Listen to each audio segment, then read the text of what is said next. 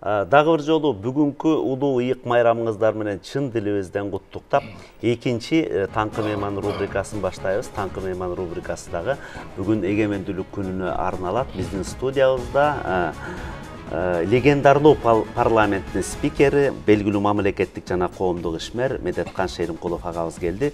Медеткан ага, куш келипсиз деп сөзүбүздү баштайлы. Сиздин дагы бүгүнкү эгемендүүлүк майрамыңыз менен Назир экөөбүз чын дилибизден улуттук канал Замана студиясы куттуктайт. Бар болуңуз деген жакшы тилекти айталы. Рахмат. Баарыбыз эле ошол өзгөчө улуу муундун өкүлдөрү легендарлуу парламенттин ишине ошол кезде көз салып турду, карап аттык. Анан көз карансыздык декларациясы кабыл алынды 31-нде. Бирок бул нерсе оңой эле боло калган жок да. Кандай кыйынчылыктар болду? Сиз ошол жерде спикер болуп башкарып отурдуңуз. Кандай жоопкерчиликти, кандай кыйынчылыкты сезип аттыңыз? Рахмат, урматтуу кыргызстандыктар. Бүгүн бардык кыргызстандыктар үчүн өтө улуу майрам. Биздин мамлекетибизде көптөгөн майрамдар бар. Бирок ошол майрамдын майрамы бул жалаң эле биздин кыргыздар үчүн, кыргызстандыктар үчүн эмес, эгемендүүлүккө жеткен бардык эле мамлекеттин эң бир ыйык майрамы болот. Бул ошол мамлекеттин эгемендүүлүккө жеткен күнү. 1991 жылдын 31 августунда Кыргыз тарыхына легендарлуу парламент деп кирген парламент Кыргыз Республикасын көз карандысыз, суверендүү, демократиялык өлкө деп жарыялады. Ошого чейин айтып кете турган дагы бир нерсе бар. 1990 жылдын 15 декабрында Советтер Союзу жашап турган мезгилде ошол легендарлуу парламент өтө тарыхый бир чоң чечим кабыл алган. Бул чечим Кыргыз Республикасынын суверендүүлүгү жөнүндө деген. Советтер Союзу жашап турган мезгилде кабыл алганбыз муну. Кыргыз Республикасы 15 декабрь 90 жылга чейин өзүн Кыргыз Советтик Социалисттик Республикасы деп атачу. Биз ошондо көрөгөчтүк кылган экенбиз. Ошол мезгилдеги президентибиз, өкмөтүбүз, жогорку кеңештин 350 депутаты бир чечимге келип, Кыргыз Советтик Социалисттик Республикасын Кыргыз Республикасы деп атадык. Кыргыз Республикасынын аты 15 декабрь 90 жылдан бери башталат. Биздин тарыхыбыз мына эгемендүү бүгүнкү Кыргыз Республикасынын тарыхынын башаты ошол күн деп эсептесек туура болот. Ошол декларация 15 статьядан турган. Кийин 1991 жылдын 31 августунда Кыргыз Республикасынын көз карандысыздыгы жөнүндөгү декларацияны кабыл алганда, ошол декларация декабрдагы декларациянын уландысы, түздөн түз уландысы. Биз республикабызды декларациянын негизинде мындай деп белгиледик. Ошону биздин калкыбыз туура түшүнүп койсун. Декларациянын биринчи эле статьясы жазып турат: Кыргыз Республикасы көз карандысыз, суверендүү, демократиялык өлкө. Мына 3 түшүнүк: көз карандысыз, суверендүү, демократиялык. Бул деген биз толук көз карандысыз, суверендүү мамлекет болдук. Кыргыз Республикасынын мындан аркы өсүшү жолу бул демократиялык жол деп бердик. Бул өлкө республика. Республика деген сөз демек бул монархия да эмес, диний башкаруу дагы эмес, демократиялык республикалык башкаруу деп. Мына ушул чечимди кабыл алган 350 депутаттын бардыгына мен бүгүн чоң ыраазычылык билдирүү менен бирге баарыңыздарды чын жүрөктөн бүгүнкү майрам менен куттуктайм. 350 депутаттын ичинде тилекке каршы өтүп кеткендери дагы бар. Алардын дагы арбагы бейиште болсун.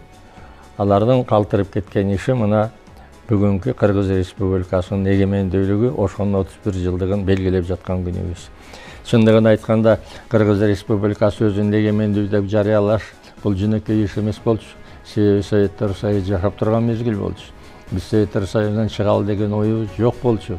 Тескерисинче, биз Советтер Союзун сактап калууга аракет кылган республикалардын бири болчубуз. Тилекке каршы улуу мамлекет. Биздин кошунусубуз, бизсиз бул мамлекетти өзгөчө мына Россия, Белоруссия, Украина, Словен республикаларынын жетекчилеринин волевой волюнтаристик чечими менен Советтер Союзу урап калды. Биз кыргыздар жана кыргызстандыктар Советтер Союзун сактап калууга аракет кылганбыз. Бул өткөн нерсеге, өткөн күнгө болгон ностальгия эмес. Бул өткөн күндү болгонун аныктап гана коюу. Ал эми Кыргыз Республикасын өзүбүзчө түндү көтөрүп, түтүн булатып, фундаментин куруп, мына 30 жылдан бери ошол мамлекетте жашап келе жатканыбыз, бул биз үчүн, кыргыз эли үчүн бакыт таалай. Бул биз үчүн кубаныч. Анан дагы бир нерсени айтып коюшум керек. Бул ушу эгемендүүлүктү ошол эле жанагы 350 депутат ошол мезгилдеги эле бийлик башындагылар алып келе койгон жок. Эгемендүүлүккө биз кылымдаган миңдеген жылдар бою эңсеп келдик. Биздин ата бабаларыбыз, биздин улуу муундарыбыз ушундай Кыргыз Республикасын эмес, кыргыз мамлекетин түзсөк, кыргыз эли бириксе деген ой аракетте жүрдү. Биздин 840-жылы тарап кеткен тилекке каршы урап калган улуу кыргыз каганатыбыздан кийин биз мамлекеттүүлүккө жеткен эмеспиз. Биздин тарыхыбыз улуу тарых. Кыргыз эли дүйнөдөгү байыркы элдердин бири. Бүгүн жаңы архивдик материалдардын негизинде кыргыз элинин тарыхы 4000 жылдан ашык тарыхыбыз бар экенди жазууга кирген тарыхыбызды айтып атам мен. Жазууга кирген тарыхыбыз 4000 жылдан ашык тарыхыбыз бар. Чындыгын айтканда биз ушундай тарыхыбыз менен сыймыктанышыбыз керек биринчиден. Экинчиден айтып коеюн айланайындар.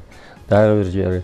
Ошол бүгүнкү эгемендүүлүккө атты тарыхта калбаган миңдеген биздин бабаларыбыз күрөшүп келди. Элибиз күрөшүп келди миллиондогон. Ошол күрөш, ошол мүдө, ошол каалоолор, ошол тилектер мына 31 август 91-жылы ишке ашып отурат. Рахмат. Рахмат. Мынакей эгемендүүлүк деп келебиз. Эгемендүүлүктүн баркына жете алдык ошол 31 жылда агай. Дайыма ушул суроону беришет мага, эгемендүүлүктүн баркына жете алдыкпы деп. Эгемендүүлүк деген бул бир колго кармаган буюм эмес. Бул бир бриллиант, алмаз эмес, аялдар жакшы көрүп эсептегендей. Бул деген эгемендүүлүк деген мамлекеттин тагдыры, элдин кылымдар келе жаткан тарыхы, ошонун негизи. Анан ошо кылымдар бою келе жаткан калктын, элдин өзүнүн келечегин тандап алуу. Кайсы жол менен барсак, эмне деген мамлекет курсак, дүйнөдөгү мамлекеттердин арасында биз тең укуктуу мамлекет болсок, ошолордон келим калбаган мамлекет болсок, ошол алдыңкы өнүккөн мамлекеттердеги жашаган эл сыяктуу биздин дагы турмуш шартыбыз жогору болсо, биз дагы бактылуу жашаган эл болсок деген үмүт кылган тилек, ошого болгон жол, ошого болгон кадам, эгемендүүлүк деген ушул айланайындар. Ал эгемендүүлүктүн кадыр баркына жете алдыкпы дегенге мен туура айтып коеюнчу, түз эле. Эгемендүүлүктү биз баалай элекпиз. Көп убакта биз эгемендүүлүккө жөнөкөй оңойлой жетип алдык деп айтып келе жатышат. Эгемендүүлүк бизге асмандан түштү, биз буга даяр эмеспиз деп мурдакы биздин бир топ эле жетекчилерибиз, тарыхта калган жетекчилерибиз ошону айтып келе жатат. Мен ошого жооп берип коеюн сиздин сурооңузга. Эгемендүүлүккө миңдеген кишилердин муң зары өткөргөн тарыхы деп айтып атпаймынбы? Мына бүгүн Чоңкурчакта президентибиз баш болуп чоң бир жыйын өткөн жатат. Бүгүн мына эгемендүүлүк күнүнө коштоп бирге өткөрүп жаткан Канай уулу Байтик Баатырдын 200 жылдыгы болуп жатат. Мына бу киши дагы Кыргыз Республикасы эмес, кыргыз мамлекет болсок, түндүгүбүз түштүгүбүз бириксек, бир эл болсок деп аракет кылган улуу инсандардын бири мына ушул Канай уулу Байтик. Ал эми ошого окшогондордон миңдегендерин айтсак, ошол эле Ормонхон, ошол эле Алымбек Датка, Медет Датка, Жантай хан жана башкаларды айта келсек, миңдеген, жүздөгөн тарыхка аты кирген жана кирбеген инсандар бар. Биз ошолордун баарын арбагын сыйлашыбыз керек, атын элге жеткиришибиз керек.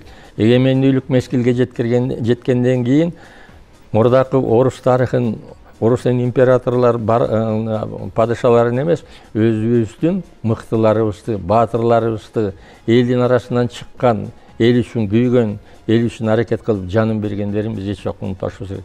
Дагы бир сөз айтып коеюн айланайындар.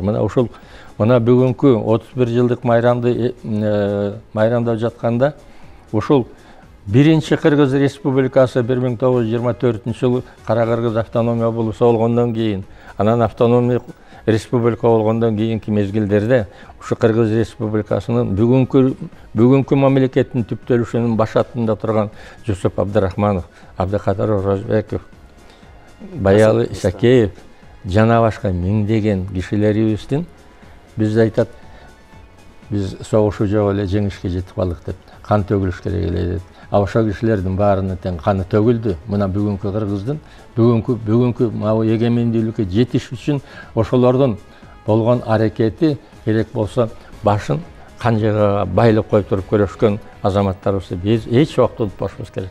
Мына ошолордун ийниндер отурат, мына бүгүнкү турган мамлекет айланайдыр.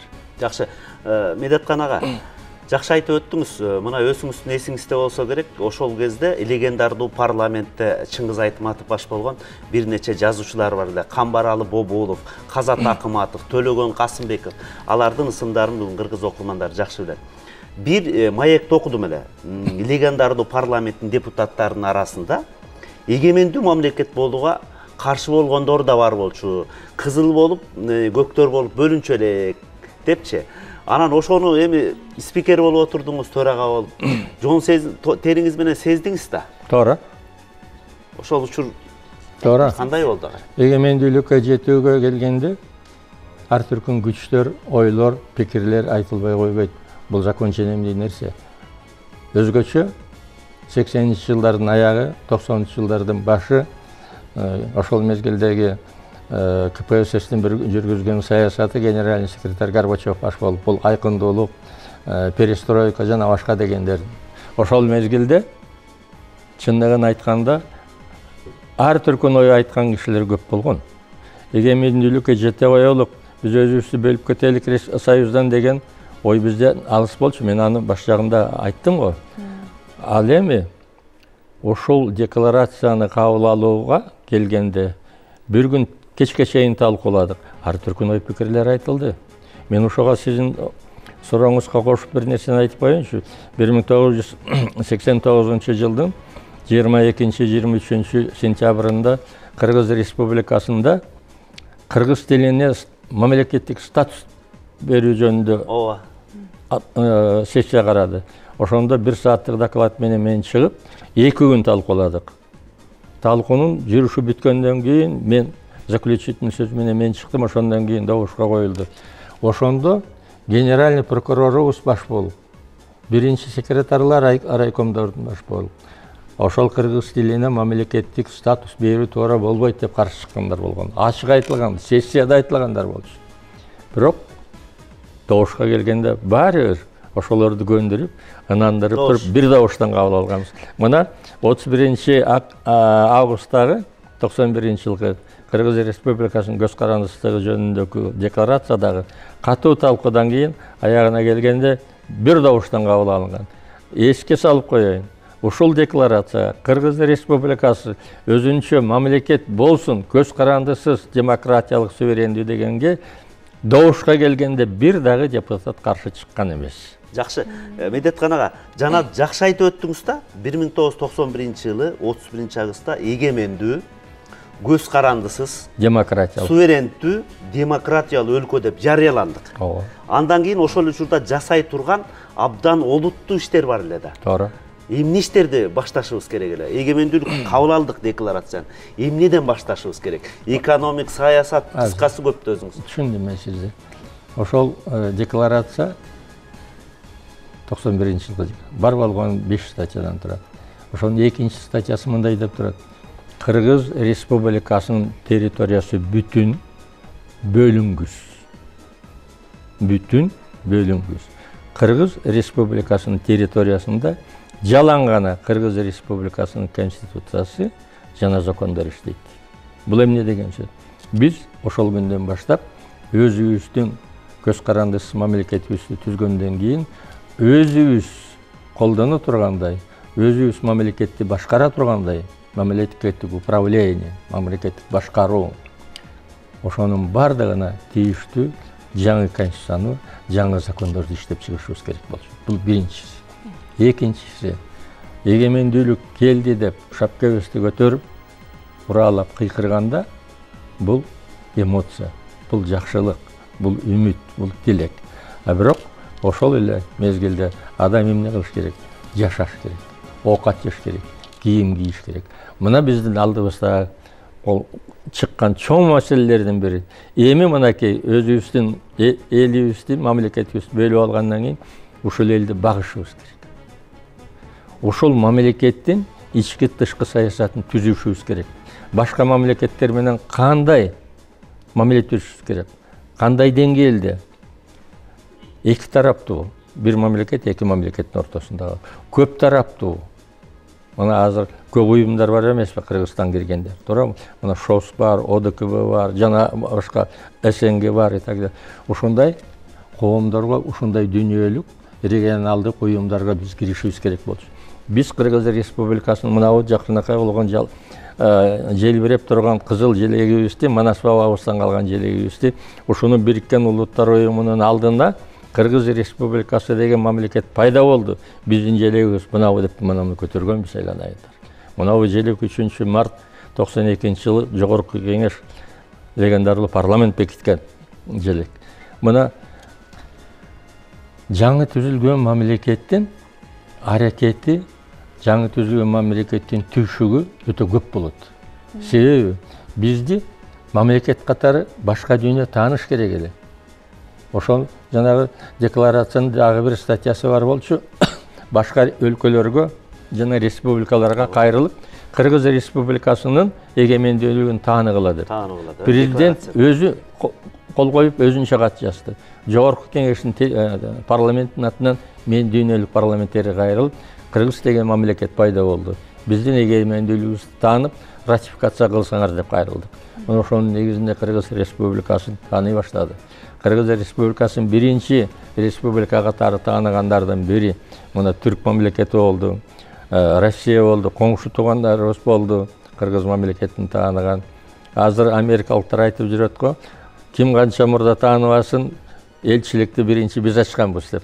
Мына ошондой деңгээлге жетүү болгондо да Кыргыз мамлекетин жаңы түзүлүп келе жаткан мамлекетти дүйнөгө жүзүн жакшы көргөзүү, ачык көргөзүү, айкын көргөзүү, жакшы мамлекет катары көргөзүү, бул дагы мына ошол мезгилдеги бийлик башынын өзгөчө легендарлуу парламенттин аракети ошол. Мен айтып коеюн сөзүмдү бүтүп.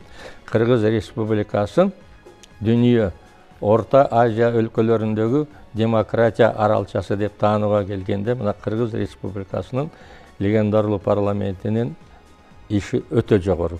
Себеби биз кабыл алып жаткан документтердин баары тең демократияга таянып, демократияга багышталган, элибиздин турмушун оңдоого, мамлекетибиздин ички тышкы мүмкүнчүлүгүн чыңдоого багытталган закондор болчу. Жакшы, рахмат. Медеткан ага, өзүңүзгө жеке бир суроо берип кетейин.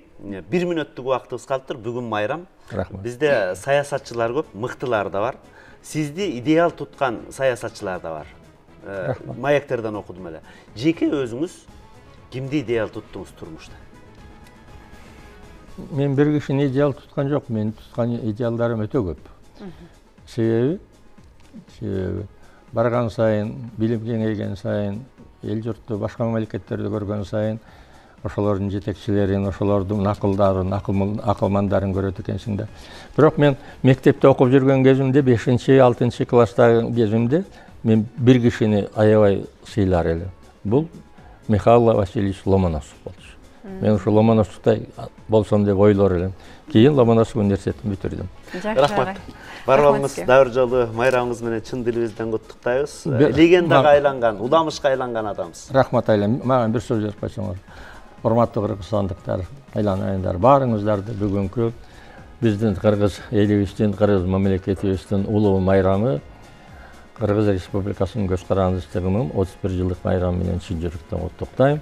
Ушул майрамга улуу инсаныбыздын бири Канаев уулу Байтык Баатырдын мааракесинде туш келип калганы, бул дагы биз өзүбүздүн тарыхта калган, Кыргыз үчүн күрөшкөн, Кыргызстан үчүн күрөшкөн улуу инсандарды унутпайт экендигибиз жөнүндөгү бир көрүнүш. Майрамыңар кут болсун айланайын.